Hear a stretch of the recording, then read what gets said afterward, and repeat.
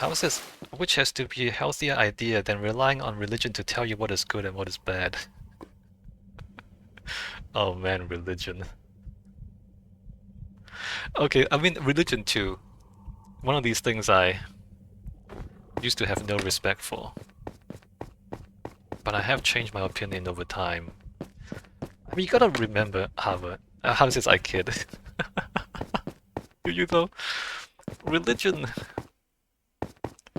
like religion comes from thousands of years ago. And you think back to thousands of years ago, people were uneducated, illiterate,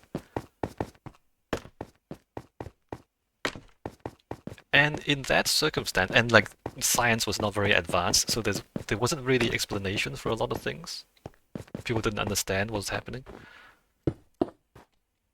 And under those circumstances, I actually think religion did a lot of good, relatively speaking. The problem with religion is holding on to it, even when it's no longer helpful, right? That's the problem. Religion is not inherently...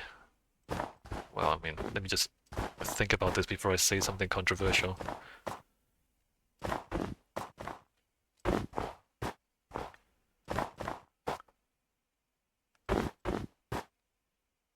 I mean, things like telling people not to kill each other, not to steal other people's things, the Ten Commandments.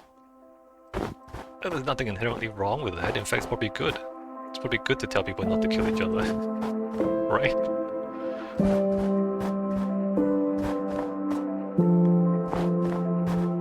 The problem is that religion doesn't explain why. Why shouldn't you kill each other? Or the explanation is because God will be angry, which is not a good explanation.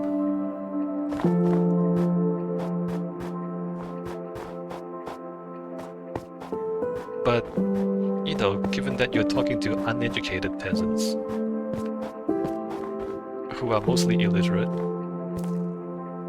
maybe that's how you have to do it, because if you give them a big philosophical argument about why you shouldn't kill people, maybe they just can't wrap their heads around it.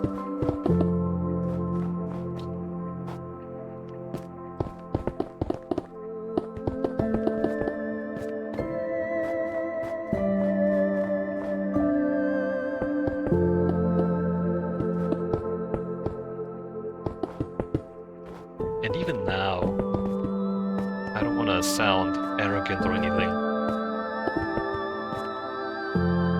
Even today, some people, if you give them a philosophical argument about why they shouldn't steal, they might not understand, some people. How is this? I just assume the why is because it's better for society long term. It is. Whether that's the correct reason for every rule is irrelevant. Yeah, you're right. You're totally right, Harvard. It's because it's better for society in the long term. That's exactly why we do the things we do. And why do we care about society? Because we rely on society, right? Because we all rely on society to survive.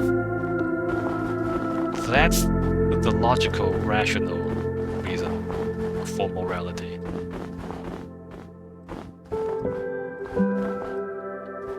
But I'm telling you, however, like some of this stuff, yeah, like you say it to people, some people just look at you blankly and don't get it. How it says, and better for society is better for how we think it should be. How it says, yeah, fairness has to be a core tenet. I mean, it's not that complicated really, because if you have a group of people who are sabotaging each other all the time, then you just can't cooperate. And if you can't cooperate, then a lot of stuff can't be done. A lot of stuff that needs to be done can't be done.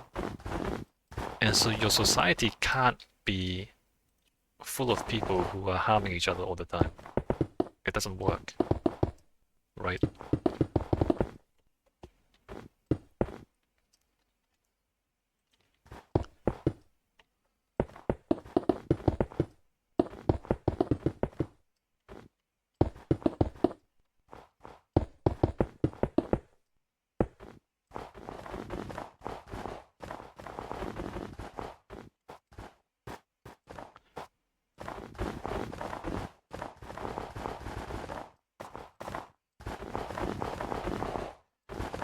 Although,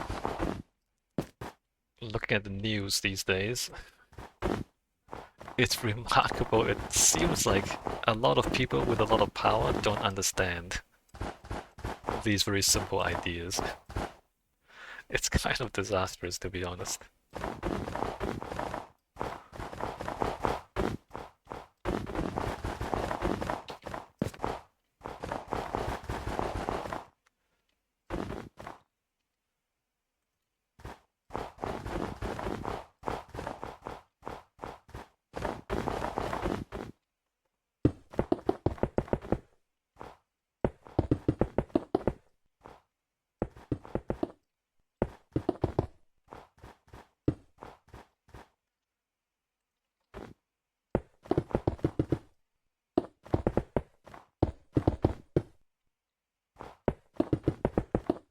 I mean, how is it indeed? The United States went individual freedom trumps societal, which has the obvious bad ending if it gets that far. Yeah, I was just gonna say, at some point they're gonna implode, aren't they?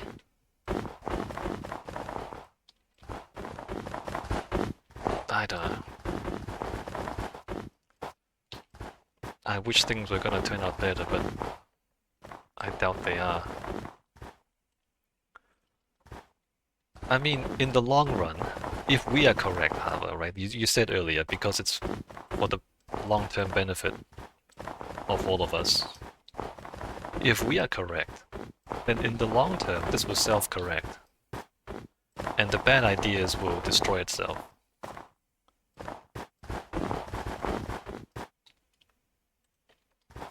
But I think a lot of people are gonna get hurt before it's over, which is not good news. Howard says, I much prefer the Japanese way. Community first. Kids are taught from the get-go. Retirees go out each day to clean the streets, for example. Yes. The Chinese are trying to do the same too, however. I don't know if you keep up with what's going on in China these days. I'm Chinese, so I do.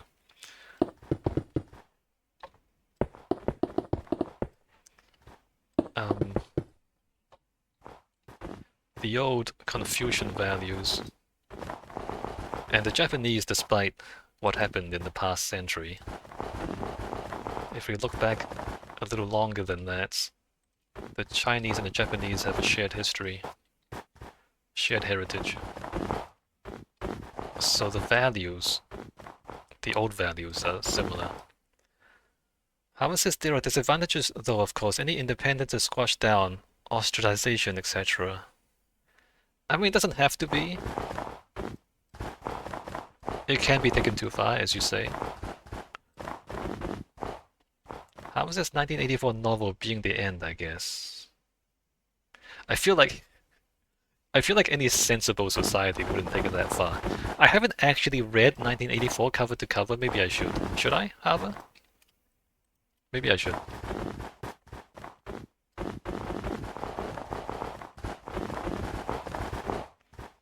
But yeah, I think a sensible society wouldn't take it that far because it's getting a bit silly to completely destroy all individuality.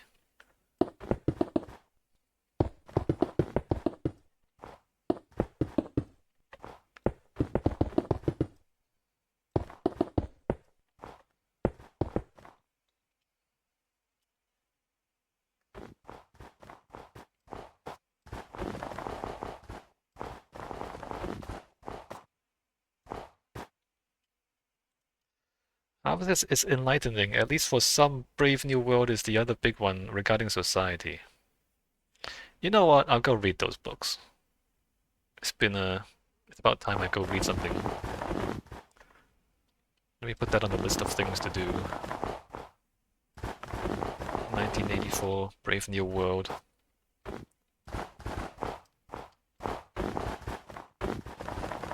They're classics, right? Kinda have to read them.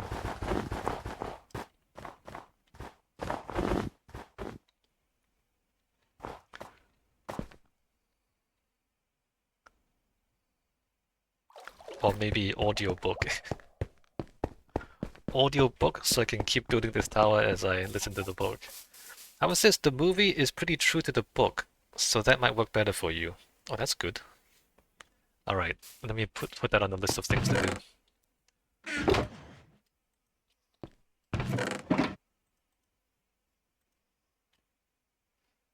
Do I want 4 or 5? Let's go for 5.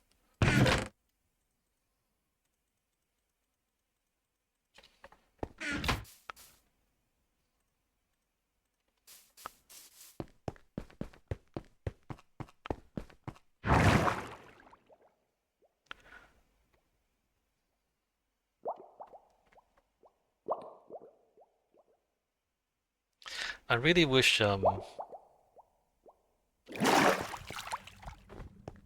Chinese people and Japanese people can be friends again.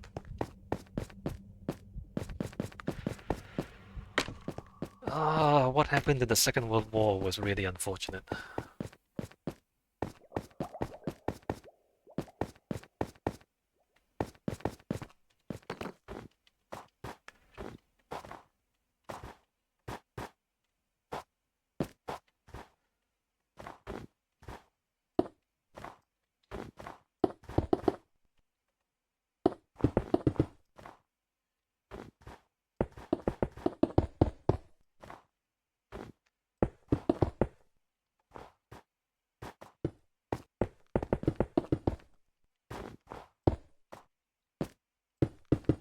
I don't know. It's so hard to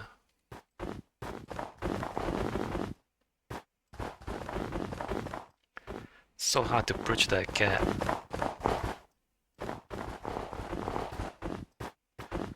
How's this? Yeah, history is a bitch when you like having good guys and bad guys. We're basically all descended from utter bastards at some point in history. Yeah. Yeah. I mean, I don't know if you want to hear me talk about what I think about what happened in the Second World War.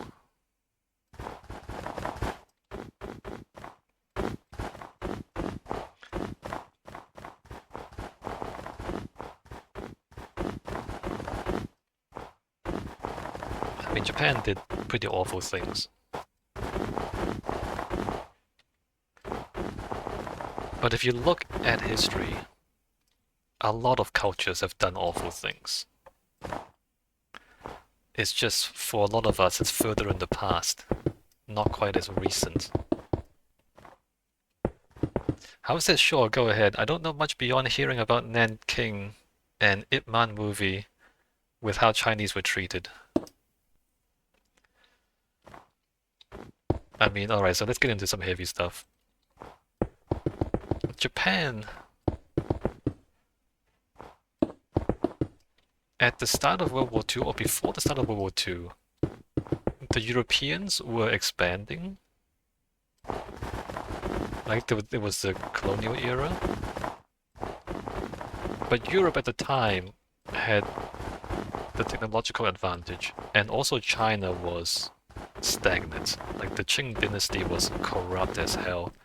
Everything just didn't work. And so in that moment in history, it seemed like Chinese ideas were old and obsolete and useless, and Western ideas were the future. And I mean, it's easy to see how you would come to that conclusion because of how stagnant China was and how powerful European technology was. And so Japan turned away from Chinese ideas, which, you know, Japan and China has had thousands of years of history. China was always the big brother. Japan was also always the little brother. They turned away from that history, embraced Western ideas. But of course, part of those ideas was, you know, the whole racial superiority thing, racial supremacy thing that the Germans did. And not only the Germans, by the way. So some of those ideals are pretty toxic. And Japan, they saw the European empires they decided that the only way that they would remain free and sovereign was if they also built their own empire. They had to build their own empire so they could be strong enough to stand against the European empires as equals and not become colonized. And again, that's not completely unreasonable, right? You know, you saw who was successful, you saw who was strong, and you say, well, we want to be strong too. We don't want to be the guy at the bottom, we want to be the guy at the top. Reasonable. But Japan really had no experience with this. Because as I said, for thousands of years, China was the big brother, Japan was the little brother. And Japan being a set of islands off the coast of East Asia, they didn't have to deal with foreign cultures nearly as much as the Chinese or even anyone else. Like the Chinese had to deal with the Mongols, had to deal with other people from the north and the west. Throughout its entire history, there have been conflicts, sometimes cooperation, but often conflicts with other cultures. And so China understood how to wage war against other cultures. I don't know if you think that's a good thing. You probably don't think it's a good thing to wage war against foreign cultures. But it was just reality, right? China had experience. Japan did not. There was one time when the Mongols tried to invade Japan, and there was like one military campaign. It didn't work out. And that was like the only experience Japan had with interacting, like that's a euphemism, with getting into conflict with a foreign culture before industrialization. That was the only time. And it wasn't very prolonged or serious. Like there was a war, there was a battle, people died. But it wasn't nearly as big or as severe in scale. And so Japan didn't really understand how to deal with other cultures in the context of conquest and war. And when they did it, they did everything wrong, right? And Harvard says you watched the movie about Nanking. Like, here's the thing about war that Chinese people have understood through hard experience, right? Like hard-won experiences.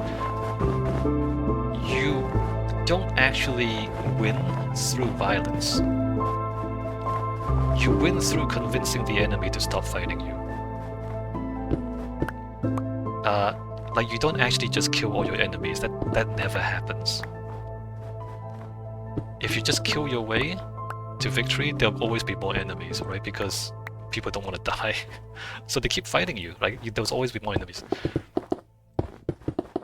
And the only way to actually secure prolonged peace is to convince people not to fight you.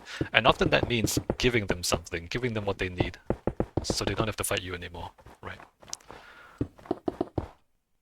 Japan didn't understand this when they tried to invade China.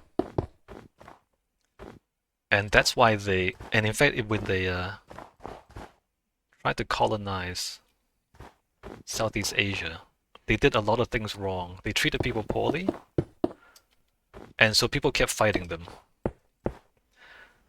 Harvard says, wouldn't the Mongols be a counterexample?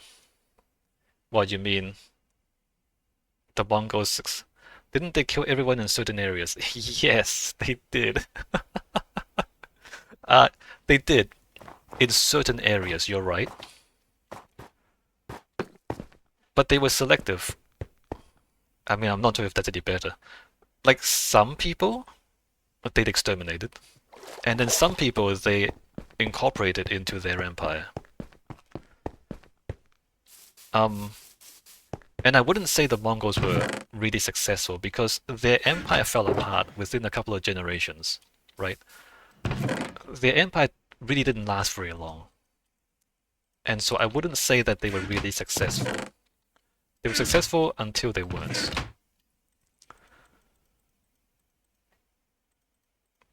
They didn't build a lasting empire.